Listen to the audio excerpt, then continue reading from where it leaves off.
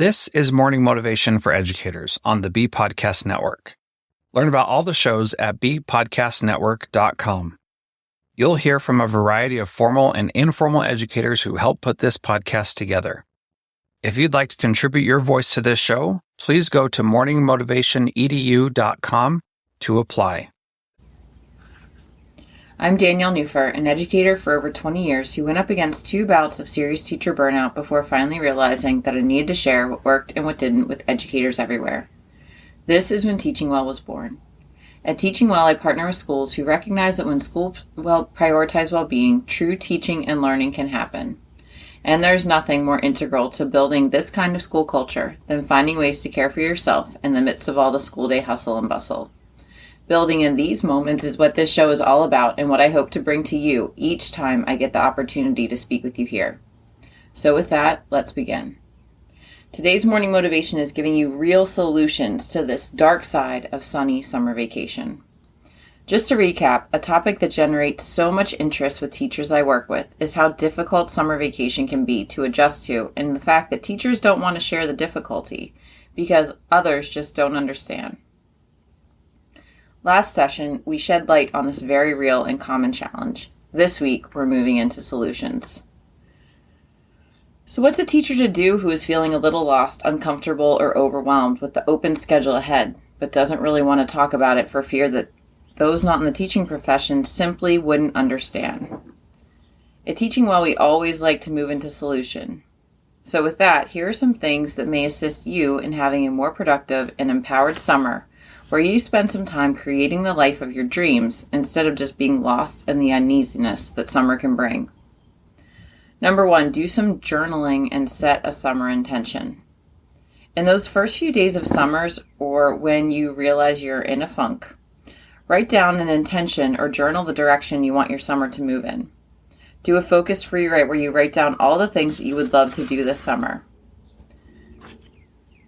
Something that really works for me also is to create a word of the summer or a word of the season. So much like you might have a word for the school year or your actual calendar year, you might want to do this free write and then come up with a word that is what you want to encompass this summer.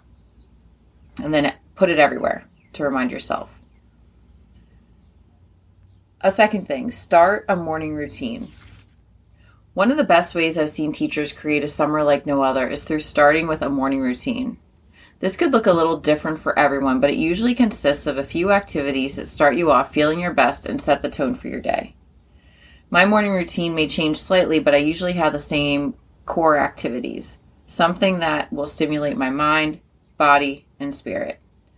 I may spend 5 to 10 minutes on each of those things and maybe more on a given day. But the most important thing is that I try each day to check those boxes. Number 3, create a daily or weekly scheduling framework. Now I know you're in the summer and you want to fight against being overscheduled. So I might want to say instead of scheduling, you might want to think of it as a routine or even a rhythm to your days or your weeks.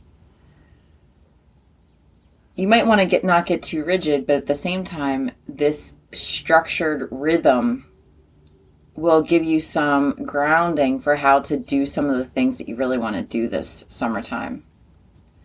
Our days and weeks look so much differently now that it seems like we have so much more time. It may feel like we have all the time in the world to do summer activities, catch up with our friends, spend time on a hobby, and just be around our family in general.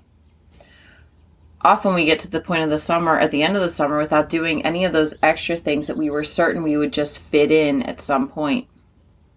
By creating a daily or weekly scheduling framework, or somewhat simpler, calling it just a routine, we create places in our days and weeks for those special things that we want to focus on.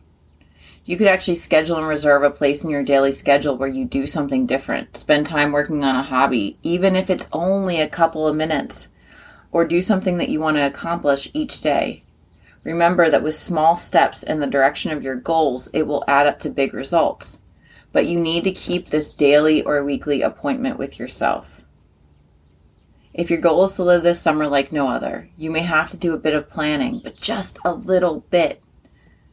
Hopefully some of these ideas will have you finding a brighter side to those darker days of summer. So keep this motivation close to your heart today. May you know that even if you're feeling uneasy, small steps in the direction of your summer dreams will lead to brighter days.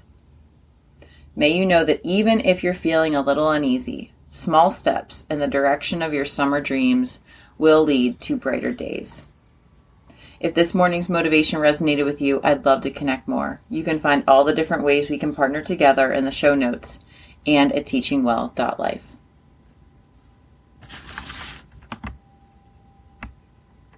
Thanks for listening. And whatever role you have in education, we have a podcast for you at bpodcastnetwork.com. Who among your friends and colleagues needs to hear this message today? Please share it with them right now.